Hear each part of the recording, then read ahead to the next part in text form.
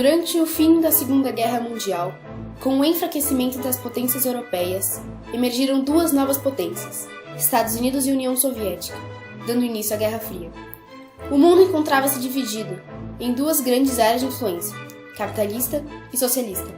A população estava descontente com o governo e com a corrupção soviética. Os altos investimentos na corrida armamentista e espacial, a redução da produção agrícola e a pressão capitalista fizeram com que, em 1985, fosse eleito um novo governante, Mikhail Gorbachev, em meio à crise. Em seu mandato, foram instaladas duas inovações estruturais, a perestroika e a glasnost.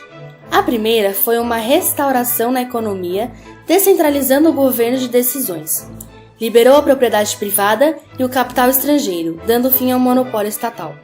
Já a segunda trouxe uma transparência política ao povo. Houve o fim da ineficiência administrativa e da perseguição à oposição, permitindo a participação da população nos meios de comunicação. Eram pouco mais de 150 quilômetros de extensão, separando a capital em Berlim Oriental e Ocidental.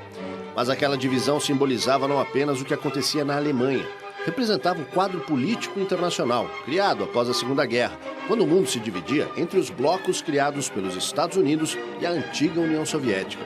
Um quarto de século após a queda do muro, permanece a lembrança das mais de 100 pessoas que morreram e milhares que foram presas ao tentar cruzar para o lado ocidental.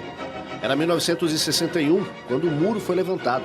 A princípio improvisado, criado na calada da noite, com arame farpado. Logo, virou concreto. Minas terrestres e mais de 300 torres de vigilância afastavam a maioria dos que pensavam em tentar a vida do outro lado. O Muro de Berlim foi construído pela República Democrática Alemã Oriental, comunista, aliada de Moscou. Os soldados tinham ordens para matar quem tentasse fugir para o lado ocidental, afinado com os Estados Unidos. Havia 8 passagens de fronteira entre os dois lados, usados apenas por aqueles que tinham autorização para cruzar o muro. Ocidentais podiam visitar familiares na Alemanha Oriental, mas os moradores da Alemanha comunista eram proibidos de sair. Foram 28 anos de separação. Em novembro de 1989, grandes manifestações pediam liberdade. Eram os tempos de Mikhail Gorbachev, o homem da glasnost e da perestroika, transparência e reconstrução. De Moscou vieram sinais de que os manifestantes não deveriam ser reprimidos. E logo, os guardas do muro perceberam que não tinham por que disparar contra as pessoas que tentavam escapar.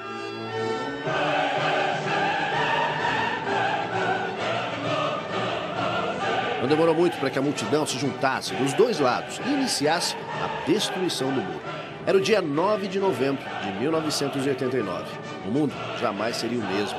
A queda do muro iria se refletir em toda a Europa Oriental, levando ao desmoronamento da União Soviética.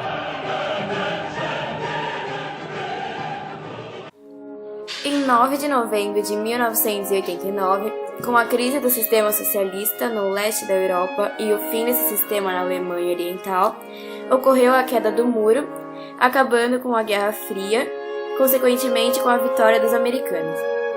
No dia 8 de dezembro de 1991, Boris Yeltsin proclamou a independência da Rússia e a formação da Comunidade dos Estados Independentes, integrada também pela Bielorrússia e pela Ucrânia.